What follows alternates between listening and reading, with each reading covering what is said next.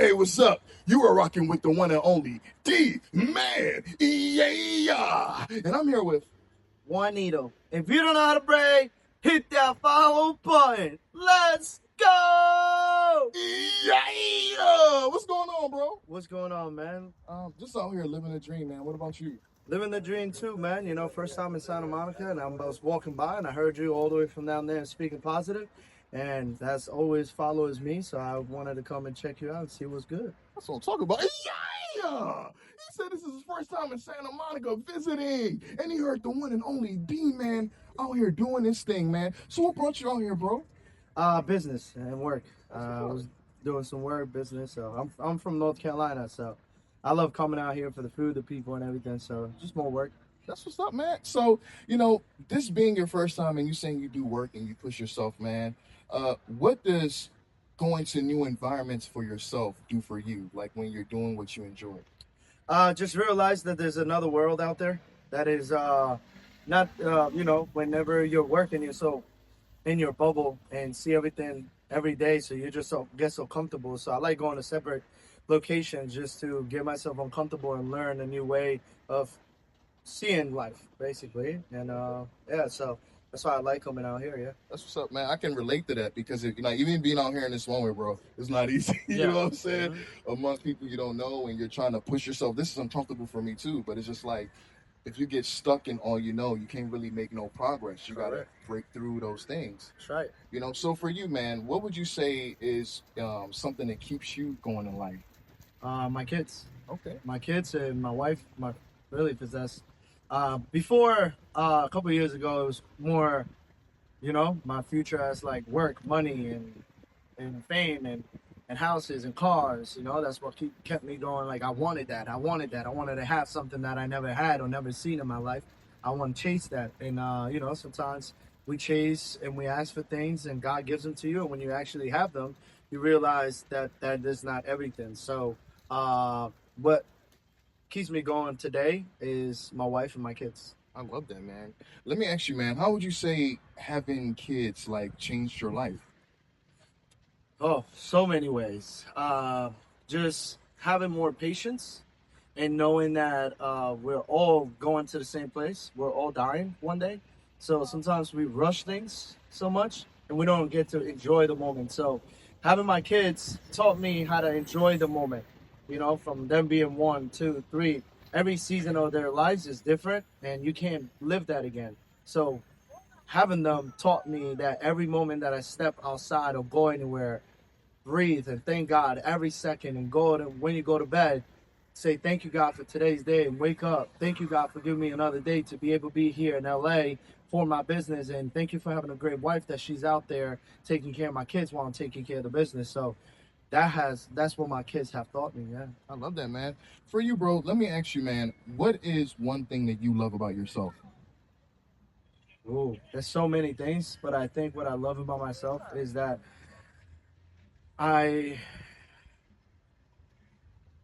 that's a great question, to be honest. And something that I love about myself is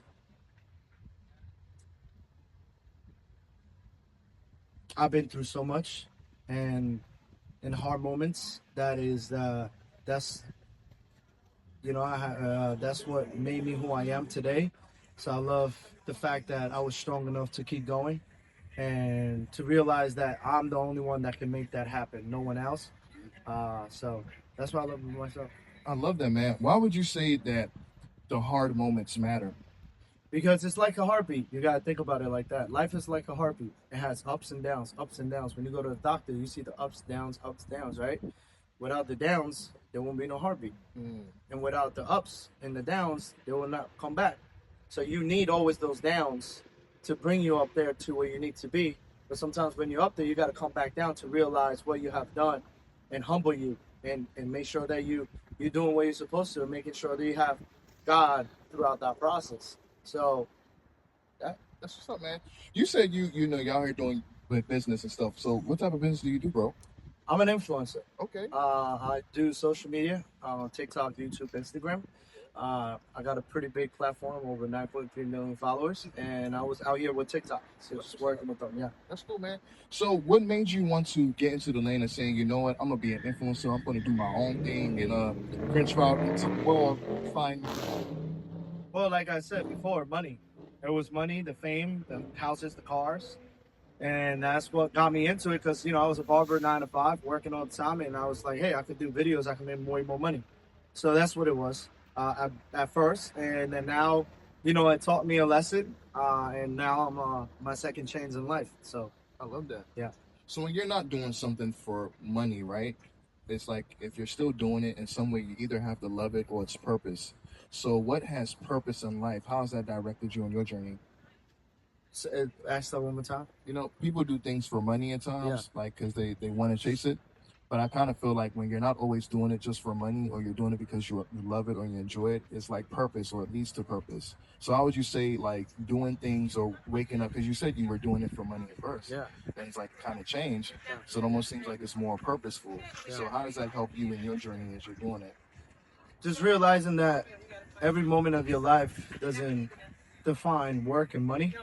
So pushing away from those materialistic things, the houses, cars, and having a lot of money, it helped me realize that I don't want to work as much, and I want to spend more time with my kids and my wife and enjoy life. So because I asked my dad a question. My dad is 67 years old.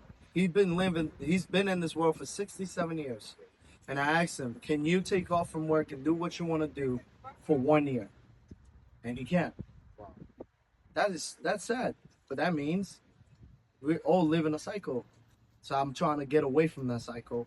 Before I was in it, and now I'm on my way there. I'm going there. I want to get out of that cycle, get out of debt, get out of houses, get out of so many cars, and just live comfortably, happy with my kids, and to be able to just live and not work as much. I think that's how you do it, man. Like even for me, like doing this, I work, I gotta survive. I don't make money from this, but I've been doing this for years, and it's not about the money or validation. I think when you're trying to do things, you have to really want to do it, because it's like if you're doing it just for money and you're not getting it, you're going to want to stop and give up. Like, I'm not getting this money, man. I got to figure out something else. You know what I'm saying? But when you live beyond the money, you find freedom. Yes. You learn more about yourself. Because like money comes and goes, man. And I think sometimes people look at someone's status or what they have over who they are. And I think it's about who you are as a person that it's going to take you far. Money can only take you to so many places. Yeah. Like you have money and people might be around you just because you have money, not actually because they care for you for who you are as a person. Yep. I know y'all here doing your thing, man. I just got 2 more questions for you, okay? And one of them is this, bro. If somebody were to walk up to you right now and say, "Oh my gosh, man, life is so hard and I want to give up," what would you tell that person? What would I tell that person? If that person wants to give up, find the root cause. Is it financial? Is it sickness? Is she sick? And she knows that she's going to pass away in a couple months because of cancer.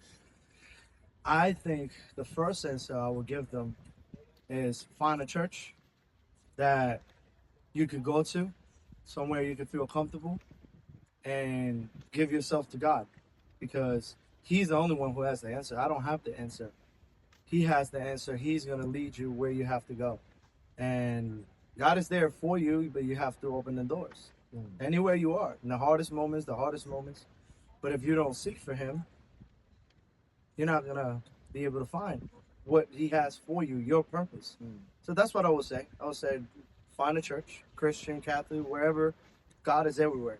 So, yeah. He said, if you're going through something, you want to give up, find a church. Seek God, find God, listen to God, understand. You try to form a connection. And in that process, you can find things or talk to God, and it can give you a sense of direction and purpose. And you can figure out what you're here for. And it could possibly help you and prevent you from quitting or giving up on yourself. My final question, bro, is to anybody who may see this interview with me and you today, man, coming from you, is there any type of positive message you have for them? And if so, what would that be? your past doesn't define your future. No matter if you had hard moments with your family when you was younger, your parents weren't there, they were drug addicts, you was poor, you was abusive, you was abused. Your past does not define your future. You could change that today. It's all up to you, and it's all about blocking all those people that are around you that don't help you in any way possible in a positive way. So your past does not define your future. I love that, man. Your past does not define your future. You could have come from hardships. You could have been bullied, teased, laughed at, wherever you come from. It does not define you. You define you with the things you choose to tell yourself and the things you choose to do and who you choose to be. Never let anybody define you. When you know yourself, can't nobody play or define you because you know who you are. I like that, man. At the count of three, bro, can me and you say a big yeah together? All right, here we go. 1, 2, 3. Yeah! Thank you so much, man. Hell yeah, bro. Thank you. I appreciate you, Hell man. yeah. Love positivity? Share this message. Yeah!